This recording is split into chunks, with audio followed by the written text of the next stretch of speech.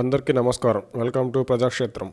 TDP Janasena పొత్తులోకి BJP entry దాదాపుగా ఖాయమైందనే అనుకోవాలి. బీజేపీ తన వాటా కింద ఎక్కువగా ఎమ్మెల్యే, ఎంపీ సీట్లను అడుగుతున్నట్టు తెలుస్తోంది. ఎన్ని సీట్లు ఇస్తారో తేలగానే అధికారిక ప్రకటన వస్తుందని అనుకుంటున్నారు.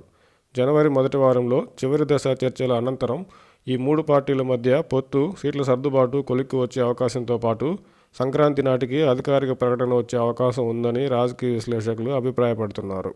ఇంతవరకు బాగానే ఉన్న 2018లో ప్రత్యేక హోదా ఇవ్వకుండా బీజేపీ మోసం చేసిందని ఎన్డీఏ నుంచి బయటకు వచ్చిన టీడీపీ, ఆ తర్వాత చంద్రబాబు గారు బీజేపీ మోదీ గారిపై చేసిన విమర్శలు ప్రజలకు గుర్తుండే ఉంటాయి.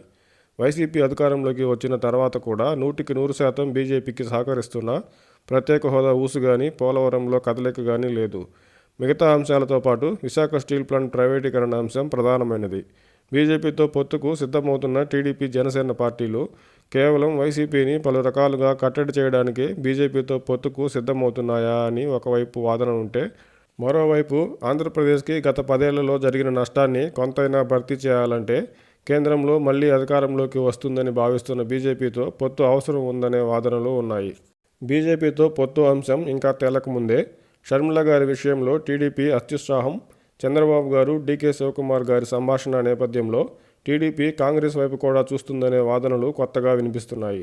అందులో భాగంగానే మొన్నటి వరకు బీజేపీ తమతో వస్తే స్వాగతిస్తామన్న టీడీపీ నేతలు ఇప్పుడు కండిషన్స్ అప్లై అని కొన్ని మీడియా ఛానళ్లలో మాట్లాడుతున్నట్టు కనిపిస్తుంది. అయితే ఒకవేళ టీడీపీ కాంగ్రెస్తో కనుక కలిస్తే జనసేన టీడీపీతో కొనసాగేది అనుమానమనే చెప్పాలి.